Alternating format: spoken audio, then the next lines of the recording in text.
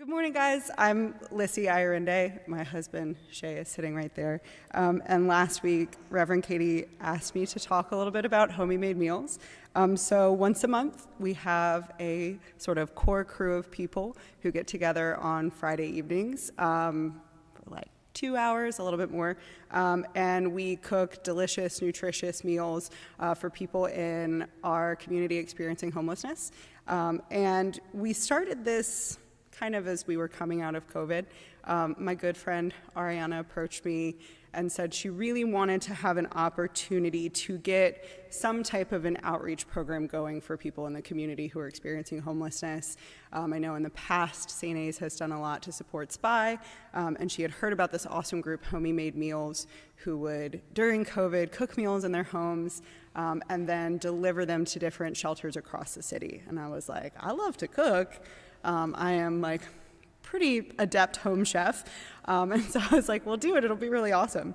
And so when we started out, I think we made maybe 20 or 25 meals.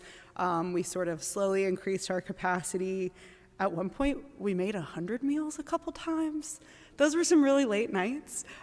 We've started to find our sweet spot. We usually make around 50 meals each session. And it's just really fun. So when we get together, we bring the Bluetooth speaker, we sing, we run around, we dance, not with any knives in our hands, but we have a great time. We take silly pictures and videos, and a lot of times we'll send them to Reverend Katie so she can share them on social media. But it's just a really, really wonderful evening. And for me, it feels really fun to use something that I see just as like a hobby and a gift to serve, because I love to cook, I cook at home, and so it feels nice to do something that is enjoyable to give back. But I also want to share that it feels really nice to include people who maybe don't want to be the person in charge of the meal, people who show up and say, what can I do to help? And sometimes it might be, can you open up the containers and stack them? Can you pack all these bags with chips or with a packet of silverware? And so it feels really nice to include people who might not know where their gifts fit in, but are always so helpful. And so this has been something that we've been doing now for like 2 years, maybe 3. It's really, really grown into something that I look forward to. And even though sometimes on a Friday, I'm a teacher, and so at the end of the week, I'm pretty beat. But I'm always really looking forward to it. And whenever we finish, I feel really energized.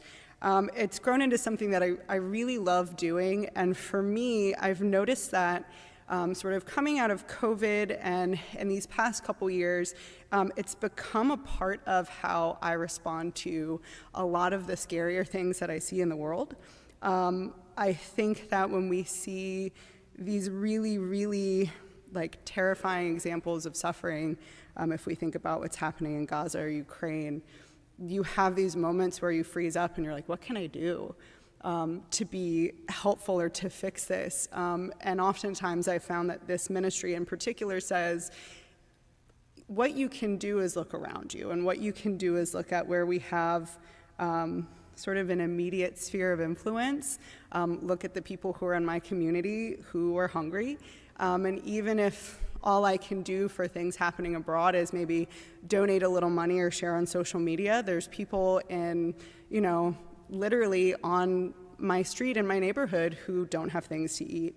And so I've found that it's helped give me really a sense of happiness and duty in the fact that I can't fix lots of things, but I can help these people. And so I feel like everybody's probably heard this statement before, but Mr. Rogers is really famous for saying, when you see bad things happening, look for the helpers. But if you look at Matthew's gospel, Matthew 25, Jesus says, I was hungry and you gave me something to eat. I was thirsty and you gave me something to drink. I was a stranger, you invited me in. I needed clothes and you clothed me. I was sick and you looked after me. I was in prison and you came to me. And so I think in that way, it's good to look for the helpers, but this has been, I think, our way to be helpers, and it's been a really fabulous ministry. So if you're feeling up for it this Friday or another Friday, even if you don't know how to cook, you can email Ariana, and we love having helping hands, even for an hour, so that we can be helpers for our community.